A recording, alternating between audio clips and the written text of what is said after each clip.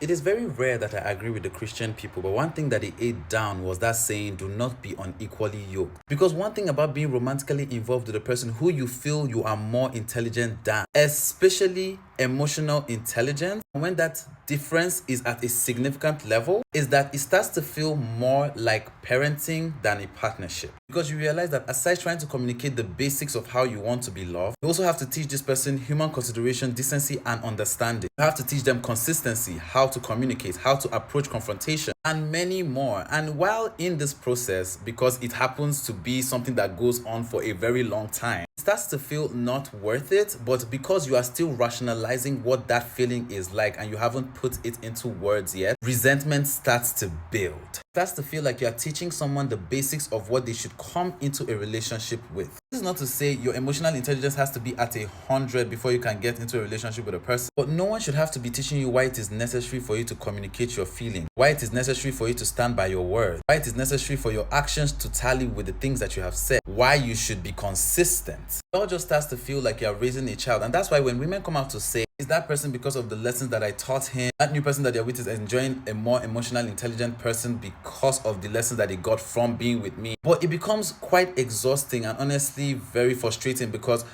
who wants to keep building someone else for another person, right? Especially if you're the type of person who has attracted people who consistently seem to not be at the same emotional intelligence level that you are. Is this the life that you have been dealt? Every romantic encounter just you teaching a person the basics only for them to move on to another person, and then that person is reaping the benefits of what you taught them. That is why I tell people, once it starts to feel like you are parenting them, once it starts to feel like you're trying to get them to act like they want to be in something that they initially claimed that they want to be in, exit. Your name no be teacher one Joko. They no bring you this life, maybe become tutor for the rest of your life. Even if you have to teach someone something, it shouldn't be the basics of human decency and consideration. Anyway, I hope this helps.